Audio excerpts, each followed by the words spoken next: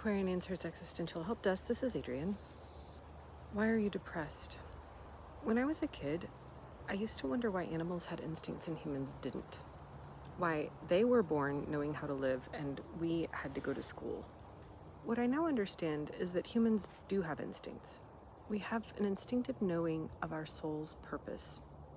We have an instinctive affinity for the people, places, things, and activities that will allow that purpose to emerge and unfold. And the way we experience our instinct is that we are drawn by our desire, which we may experience as curiosity, enjoyment, enthusiasm, satisfaction.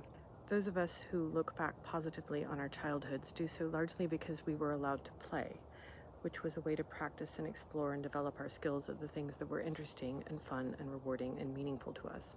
Notice that this is what non-human children do with their instincts too. They first do for play all the things they will later do to succeed at their lives. Each of us came here for a unique purpose, so we each have to rely on our own instincts. No one else knows why we are here or is here for exactly the same reason. However, I can give you a hint. All humans are creative beings. We all came here to make a difference that only we can make. Discover something, improve something, learn and teach something, make or experience something.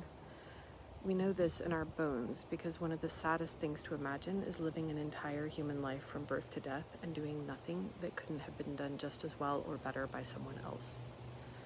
So we all came into this life with an instinct, a compass needle of our desire, that points us towards what we came here to do.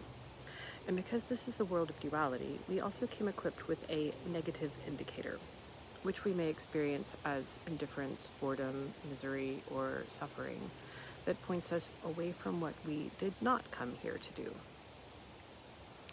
This navigation system is elegant and user-friendly and works very well in the environment where it evolved.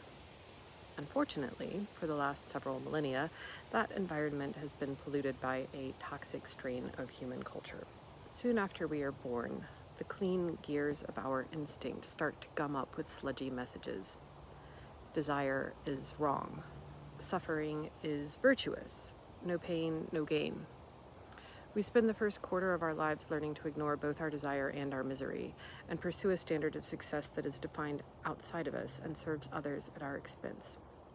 Depression is the natural and inevitable result of pursuing an externally defined idea of success that does not align with our instinctive understanding of our soul's purpose.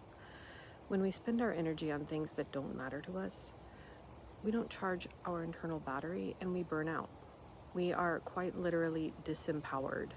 Depression is what happens when we ignore our misery and our desire for too long. It shuts down the system. It forces us to stop doing not just the misery-inducing things, but all the things. Once this happens, we can't just go back to the way things were. Instead, we need to reset or reconnect to our instinctive navigation system. We need to go to ground in the literal sense of putting ourselves in contact with the earth. Go outside, sit on the ground, climb a tree, dig a hole, build a dam in the creek, wander in the woods, seek the company of animals, lie on the beach and listen to the ocean. In nature, there is no pretext, no expectation, no shame, guilt, embarrassment, or judgment. All the pollution telling us to be something other than what we are is gone. When you're there, you can remember what you are too. Stay, or at least keep visiting, until you start to feel alive again. Those flickers of returning life are the first tendrils of connection to your instinctive self, and when you feel them, you must cultivate and strengthen them. The way you do this is to play. Do anything at all, as long as you're doing it because and only because you enjoy it. And this is equally important. When you stop enjoying what you're doing, stop doing it. Not everything or everyone who brings us joy will keep bringing us joy. Sometimes they only join our path briefly. When we seek our successes, as we are taught to do, outside of ourselves, then we will bind ourselves to everything we love and sooner or later get dragged into the swamp. If we measure by our internal instinct, we will notice if the suffering indicator starts blinking and know our paths are diverging. We can say thank you and bon voyage and hope to meet again sometime up the road. Once you recover from your depression, the pressure to go back to whatever you were doing before is going to be very strong. And this is the one thing you must not do.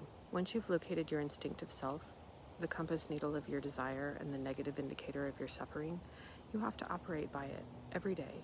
You have to keep doing the things you are drawn to and walking away from the things that don't attract you, and noticing when they change. This will probably be very scary because the people around you, the ones whose expectations you were meeting when you abandoned your true self, are not going to know this new you and are likely to object. You may lose some of them. But walking the path of your desire will feel so good that pretty soon you will not be willing to live any other way. The people who meet you there will meet the true you, which is a much better foundation for relationship. And when the power source of your soul's purpose is constantly charged by the journey, you will have all the energy you need to address the obstacles that you will inevitably encounter along the way. Absolutely. My pleasure.